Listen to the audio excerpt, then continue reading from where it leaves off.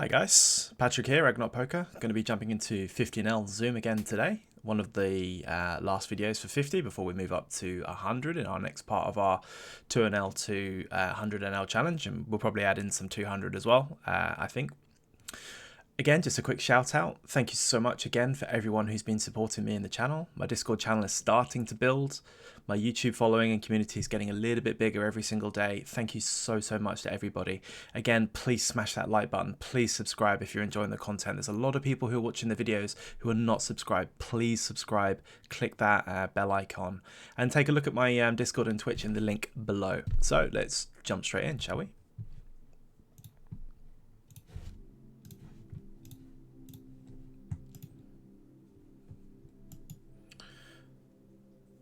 A9 suit can be an open on a high roll, which we have rolled. Generally, the 9-10 suited would be pure, and then connectors underneath would be on a high roll.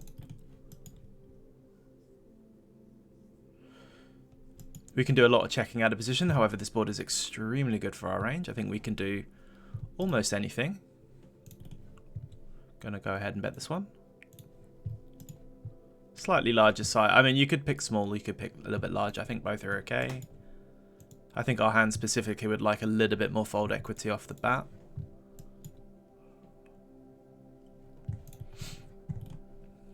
We'll be seeing if we can get some interesting spots. We had a couple of good ones the last one or two little videos. And again, disclaimer, our videos are going to be between 10 and 15 minutes now. Short and snappy, short and sweet.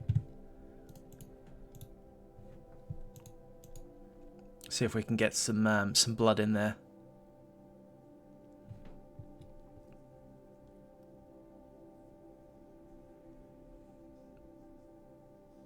A6 offsuit's close. Let's add it to a defense for this one. Even though usually A6 offsuit's a bit more of a fold. But we're going to add it in for the video.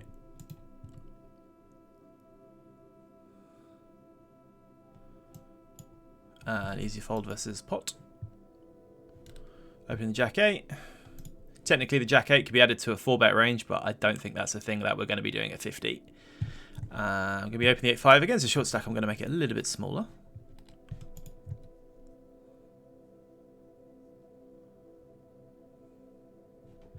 And we're going to be just folding against a 50 big blind stack for a 3-bet, even though our hand is just trash anyway. Maybe 6 points stiffly if you min 3-bet, I might consider making a very loose call.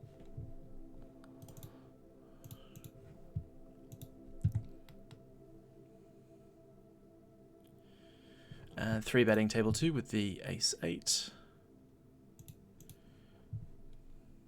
We will be folding to 4-bet. But taking it down is nice. A couple of hooks, table 2.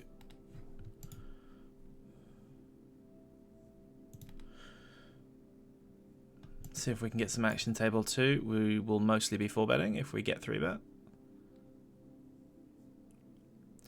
And table 1, pretty dry board. Better for our opponent. Opponent could have done some leading.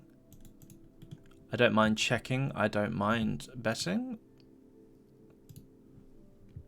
I think we're going to go ahead and check this time. Realised some really nice backdoors. We can do some betting. We can do some checking. It's totally fine. Now that we've realised top pair of the second nut kicker, we can absolutely do some betting. We can do some betting, we can do some raising. I believe we should be going large now. I think between large and overbet would be nice. Go for a small overbet. We're just leveraging a bit of nut advantage. Plus, we absolutely want some value. Plenty of hands we can get value from in this scenario. Easy open ace 10, table 1.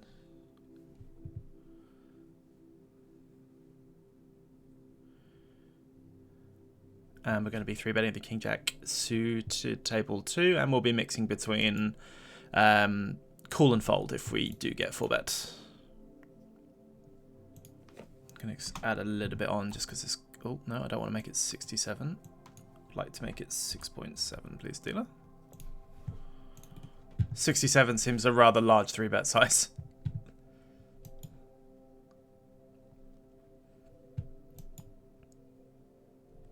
10-9 suited, we're mostly calling, I believe. Oh, actually, no, I'm technically lying. I think it actually prefers slightly more 3-betting.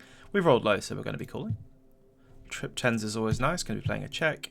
And we rolled a 3-bet table 2 with the ace-queen.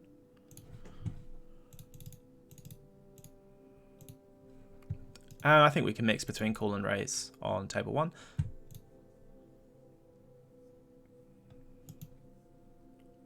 Trying to figure out if I want to do any donking on this turn. I'm going to go with a check, I think. The board's very dry.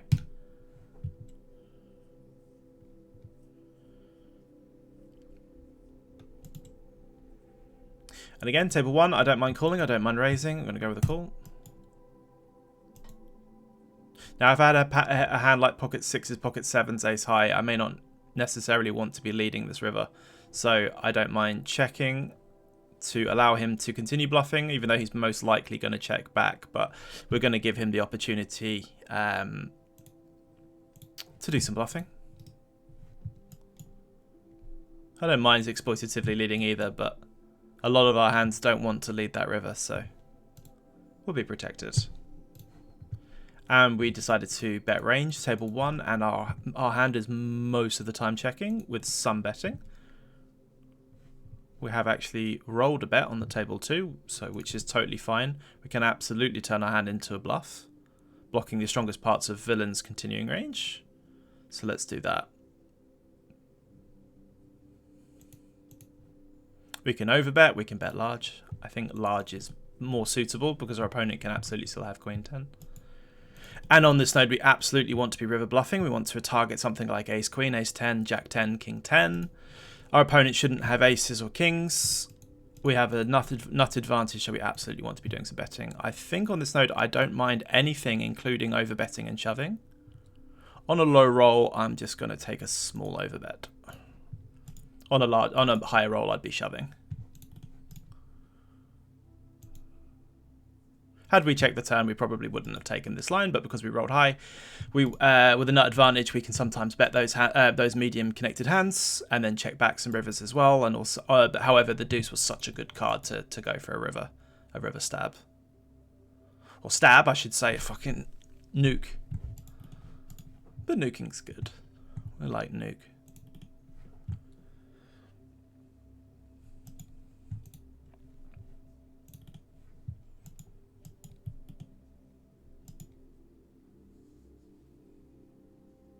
Again, as always, we've been easy fold table 1 with the queen 10 suited. Deceptively pretty, but not in part of an early position 3-betting range. We've had good feedback with all the community so far, and I just want to say again, I keep saying it, but I'm going to keep saying it, is just I want to say thank you so much. Like, everyone who's just been very, very friendly, very, very supportive, and, you know, people chucking messages in the comments and people supporting me. Just being real, you know, real nice, and just this little community that we're building. Table 1, we can 3-bet a call. We've rolled a call. It's just, you know, it's refreshing to have some positivity back in this game, and I'm really enjoying it. Really, really enjoying it. So, you know, thank you to everybody, and hopefully I can keep rolling out some good content for everybody. Table 1, I think we're going to be folding versus large. I don't think we're doing any raising. Table 2, I think we are mostly calling.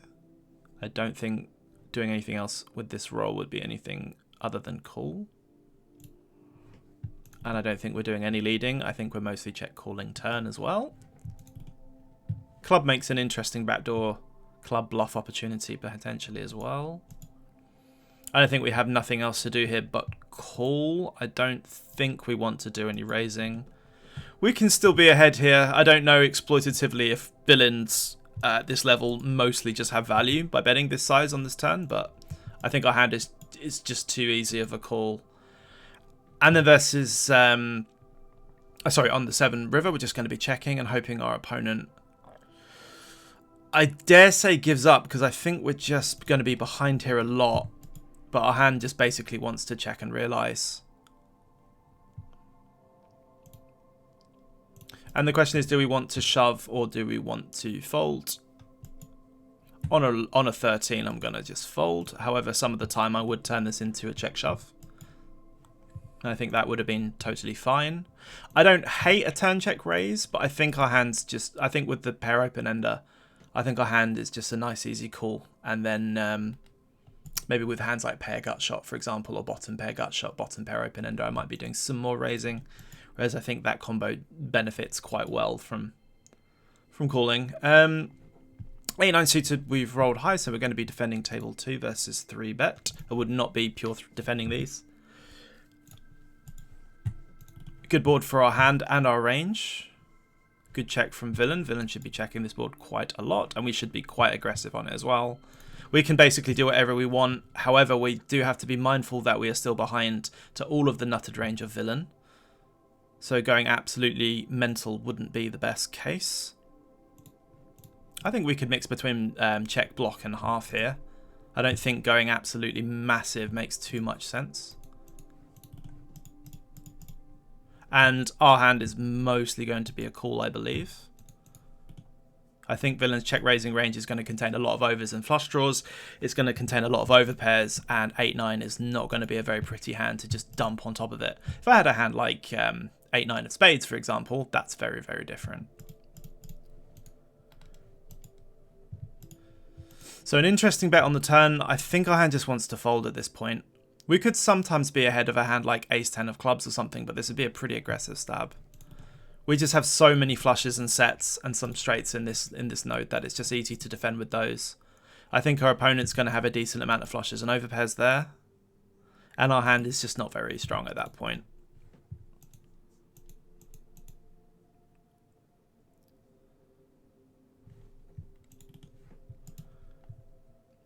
I'm trying to think if I want to add king 6 to a small blind 3-betting range. It's either king 5 or king 6 suited, I think, does some 3-betting. But that may be mainly versus the button, I think.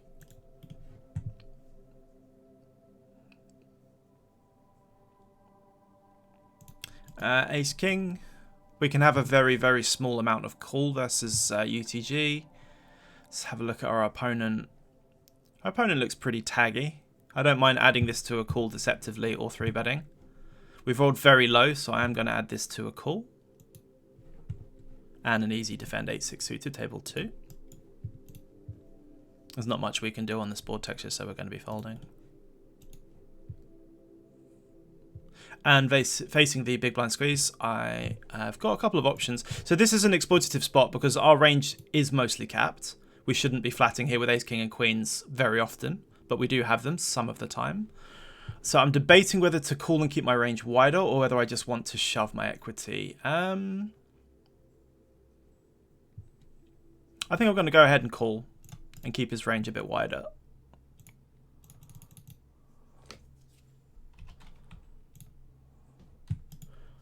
And we have an easy defend and sometimes raise on table 1.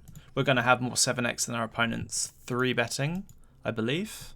We're also going to have some hands like ace queen, king queen suited. Going to be defending. Still ahead of hands like king 10 of hearts, ace jack of spades, things like that.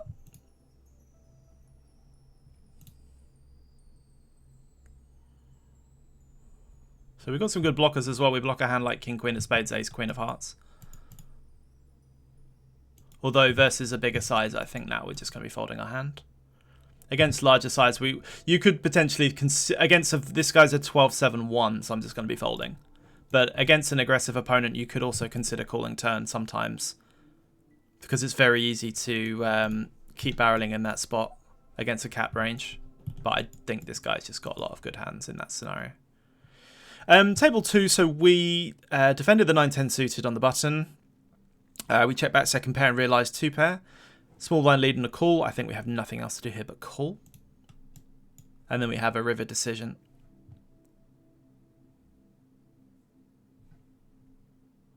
Versus 3, I'm just going to call. I don't think I'm going to raise because I don't really want to get 3 bets, so we're just going to call. And we can sometimes 3-bet or defend ace-9 on table 1. I'm going to defend.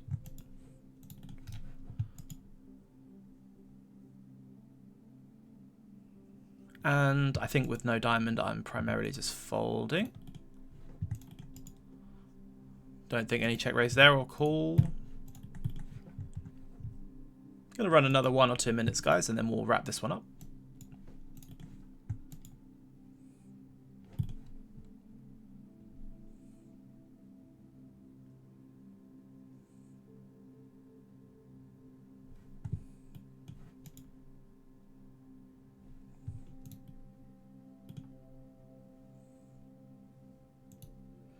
Ace-5 can be an open on a high roll. We'll just say we've rolled high if it folds to us. Don't tell anybody. Oh, never mind.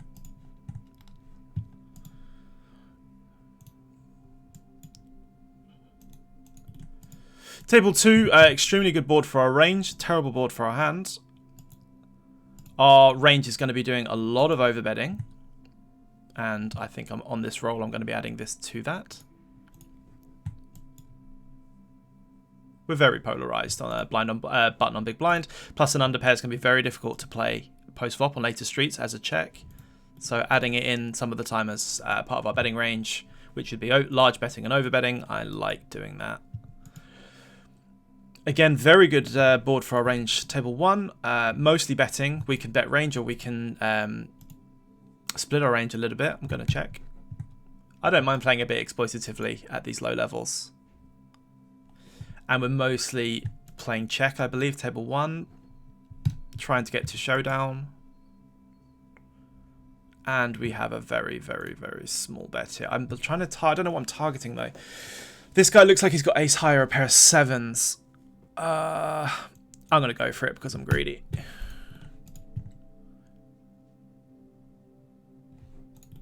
Could sometimes get punished here. That's why I like checking back, honestly. But at 50 and L, I'm just going to be greedy. Greedy's good.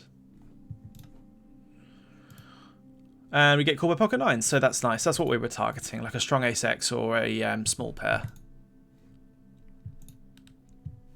And we're going to wrap it up on the next big blind for both hands, for both tables, for the video.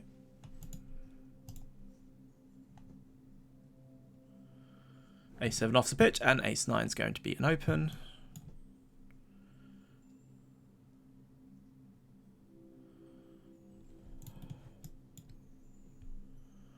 I'm trying to, we rolled high at table 2. I'm trying to remember if ace-9 suit's part of a 4-betting range or if it's a mix between flat and pitch. I think we can 3-bet this. I know that some of the weaker ace-X prefer 4-betting, so I think actually this might be strong enough to just call. No, I'm going to 4-bet this. This might be a bit of an overplay. This may be more of a call / fold rather than 4-bet here. I think I'd prefer 4-betting this than calling out of position though. And that's the end of the video. So thank you so much, guys. Again, please like, subscribe, leave all your comments down below as well. Please tell me what you think. If you think there's improvements that can be made in the videos, let me know, please. Also with the stakes, if you guys want me to play some more of the lower stakes, or, you know, we're going up into 100 and 200 as the videos progress, so you're going to get your wish with those. But if any of you prefer the 2NL, 5NL, 10NL, whatever, let me know and we'll add some in. Thank you very much, guys, and we'll see you in the next one.